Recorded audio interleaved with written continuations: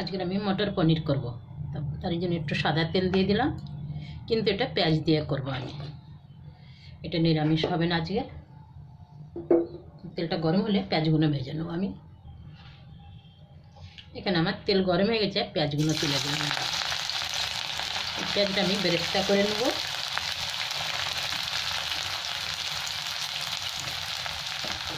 পেঁয়াজগুলো একটু ভালো করে ভেজে নেব।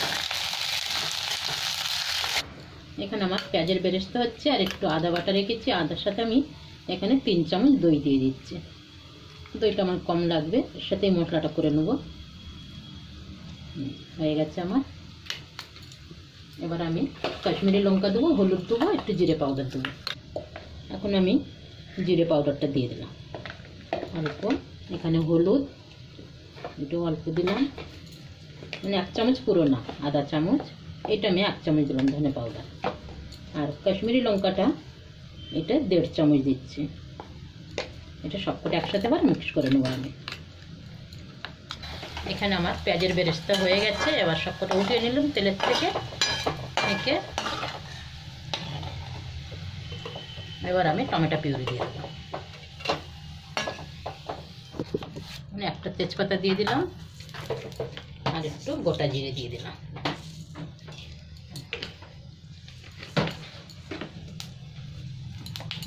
এবার এখানে আমি টমেটো পিউরিটা দিয়ে দেবো। এখানে 3টে টমেটো পিউরি করে রেখেছি।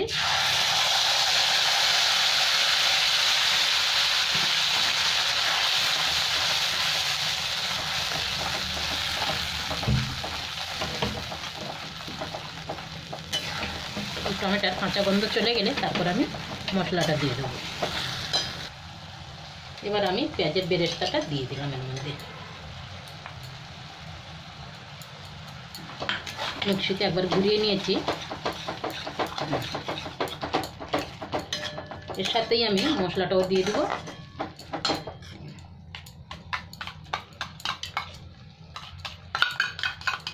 এবার এইটাকেই এত ভালো কষতে হবে যে তেল যেন ছেড়ে দেয়। তারপর আমি পনির দেবো, পনির আর মটর। এবার আমি মটরটাও দিয়ে দিলাম। এবার মটরটাও এর সাথে ভাজতে ভাজতে সেদ্ধ হয়ে যাবে। লাস্টে আমি পনির দিয়ে দেবো। অল্প একটু নুন দেবো।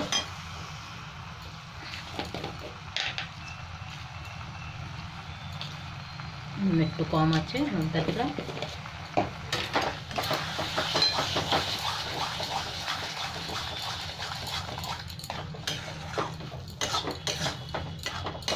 এবার একটু ঢাকা দেবো, তাহলে এটা সেদ্ধ হয়ে যাবে মটরটা। কাঁচা মটর তো। এবার আমার তেল ছেড়ে দিয়েছে। এবার পনিরটা দিয়ে দিলাম।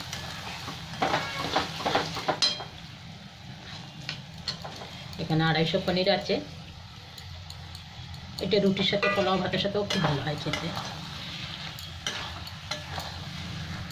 একটুখানি জল বসেছি আমি, একটু হালকায় ঝোল ঝোল করবো, একটু মাখা মাখা, বেশি ঝোল ভালো লাগে না।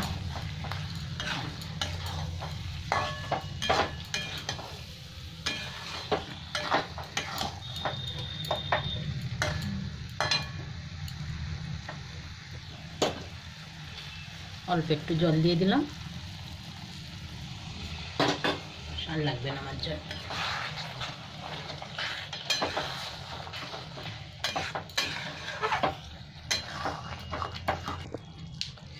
এবার আমি 3টে কাঁচা লঙ্কা দিয়ে দিলাম ফাটিয়ে, আর গরম মশলা দিয়ে দিলাম। গরম মশলাটাও অল্পই দিচ্ছি। এবার আমি ঢাকা দেবো। আমার রান্না হয়ে গেছে।